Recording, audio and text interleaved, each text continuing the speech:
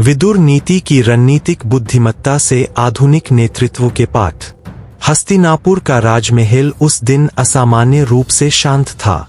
विशाल स्तंभों और सुनहरे कक्षों के बीच एक ऐसा व्यक्ति रहता था जिसके पास न तो कोई सेना थी, न कोई राजसिंहासन और न ही कोई अपार धन संपत्ति।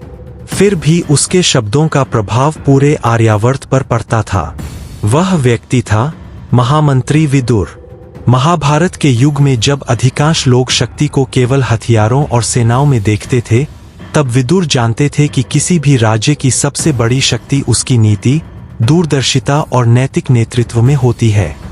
यही कारण था कि आज भी विदुर नीति को नेतृत्व, प्रबंधन और शासन का अद्भुत ग्रंथ माना जाता है।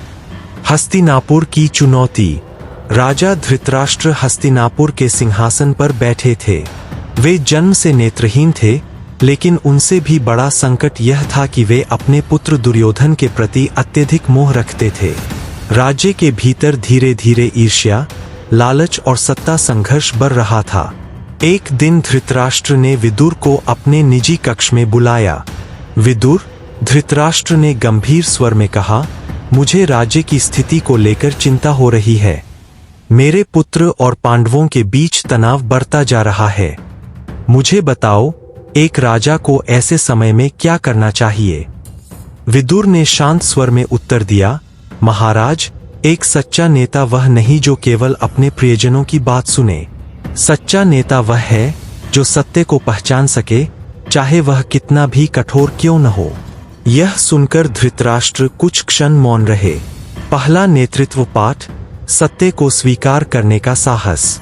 विदुर ने कहा, महाराज, जो व्यक्ति केवल वही सुनना चाहता है जो उसे अच्छा लगे, वह स्वयं अपने पतन का मार्ग तैयार करता है। आधुनिक युग में भी यही स्थिति कई संगठनों में दिखाई देती है।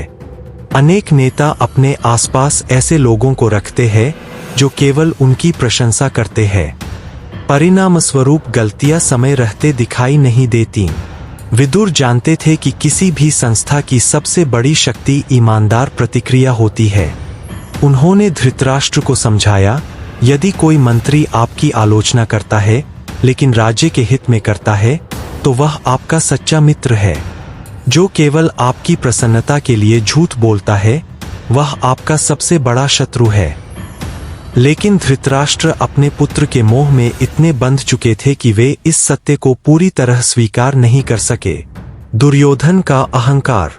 उधर दुर्योधन अपने मित्रों के साथ सभा में बैठा था। वह पांडवों की बढ़ती लोकप्रियता से अत्यंत ईर्ष्या करता था।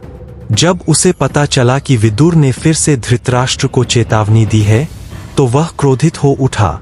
यह विदुर हर समय पांडवों का पक्ष लेते हैं, उसने कहा। उसके पास बैठे शकुनी ने मुस्कुराते हुए कहा, राजकुमार, विदुर बुद्धिमान अवश्य है, लेकिन राजनीति में केवल बुद्धिमत्ता पर्याप्त नहीं होती।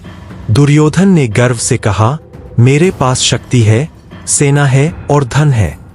मुझे किसी की सलाह की आवश्यकता नहीं। यही वह क्षण था जहां विदुर और दुर्योधन के नेतृत्व में सबसे बड़ा अंतर दिखाई देता था। विदुर विनम्रता को शक्ति मानते थे, जबकि दुर्योधन अहंकार को। दूसरा नेतृत्व पाठ, विनम्रता ही वास्तविक शक्ति है। एक दिन विदुर ने युवराजों को संबोधित करते हुए कहा, जिस वृक्ष पर फल अधिक होते हैं, उसकी शाखाएं झुक जाती है। उसी प्रकार जो व्यक्ति वास्तव में महान होता है, वह विनम्र रहता है। आधुनिक नेतृत्व में भी यह सिद्धांत अत्यंत महत्वपूर्ण है। दुनिया के सबसे सफल नेता अक्सर सीखने के लिए तैयार रहते हैं। वे अपनी टीम की बात सुनते हैं, गलतियों को स्वीकार करते हैं और स्वयं को सर्वज्ञ नहीं समझते। दुर्योधन ने कभी यह गुण नहीं अपनाया। वह हर सलाह को अपनी प्रतिष्ठा के विरुद्ध समझता था। परिणामस्वरूप उसके आसपास ऐसे लोग इकट्ठा होने लगे जो केवल उसकी हाँ में हाँ मिलाते थे। संकट के संकेत। समय बीतता गया। पांडवों की लोकप्रियता बढ़ती गई। प्रजा उनके न्याय, साहस और विनम्रता की प्रशंसा करती थी। विदुर बार बार धृतराष्ट्र को चेतावनी देते रहे कि यदि समय रहते उचित निर्णय नहीं लिया गया तो राज्य संकट में पड़ सकता है। एक शाम विदुर राजमहल के उद्यान में टहल रहे थे। उनके साथ युवा युयुत्सु भी था। युयुत्सु ने पूछा, महामंत्री, आप बार बार चेतावनी देते हैं, लेकिन कोई आपकी बात नहीं सुनता। फिर भी आप प्रयास क्यों करते हैं? विदुर मुस्कुराए, क्योंकि एक नेता का कर्तव्य परिणाम से नहीं, बल्कि सही कार्य से निर्धारित होता है। युयुत्सु ने आश्चर्य से पूछा, क्या इसका अर्थ है कि हमें सफलता की चिंता नहीं करनी चाहिए? विदुर ने कहा, सफलता महत्वपूर्ण है, लेकिन उससे अधिक महत्वपूर्ण है सही दिशा में प्रयास करना। तीसरा नेतृत्व पाठ, सिद्धांतों पर आधारित निर्णय। विदुर का मानना था कि परिस्थितियां बदल सकती है, लेकिन सिद्धांत नहीं बदलने चाहिए। उन्होंने कहा, जो व्यक्ति केवल लाभ देखकर निर्णय लेता है, वह अंततः अपना चरित्र खो देता है। जो व्यक्ति मूल्यों के आधार पर निर्णय लेता है, वही स्थायी सफलता प्राप्त करता है। आज के कॉरपोरेट जगत में भी यही बात लागू होती है। कई कंपनियां अल्पकालिक लाभ के लिए अनैतिक निर्णय लेती है। कुछ समय तक उन्हें सफलता मिलती है, लेकिन अंततः उनका विश्वास और प्रतिष्ठा नष्ट हो जाती है। विदुर जानते थे कि विश्वास किसी भी संगठन की सबसे मूल्यवान संपत्ति है। लाक्षागृह की साजिश। इसी बीच दुर्योधन और शकुनी ने पांडवों को समाप्त करने की योजना बनाई। उन्होंने लाक्षागृह का षड्यंत्र रचा। विदुर को इस योजना की भनक लग गई। वे जानते थे कि खुलकर विरोध करने पर षड्यंत्र और भी खतरनाक हो सकता है। इसलिए उन्होंने अपनी बुद्धिमत्ता का उपयोग किया। उन्होंने गुप्त संकेतों के माध्यम से पांडवों को सावधान कर दिया। यही विदुर की रणनीतिक प्रतिभा थी। वे केवल समस्याएं नहीं पहचानते थे, बल्कि उनके समाधान भी खोजते थे। चौथा नेतृत्व पाठ, दूरदर्शिता। विदुर कहते थे, बुद्धिमान व्यक्ति केवल वर्तमान नहीं देखता, वह भविष्य के परिणामों को भी समझता है।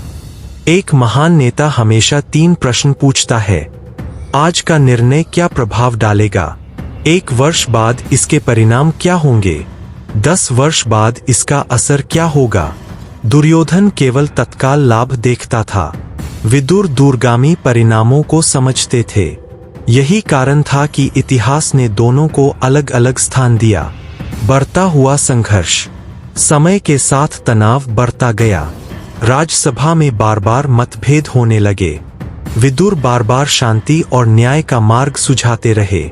उन्होंने धृतराष्ट्र से कहा, महाराज, जब तक न्याय नहीं होगा, तब तक स्थायी शांति संभव नहीं है। लेकिन सत्ता, मोह और अहंकार ने उनके शब्दों को दबा दिया।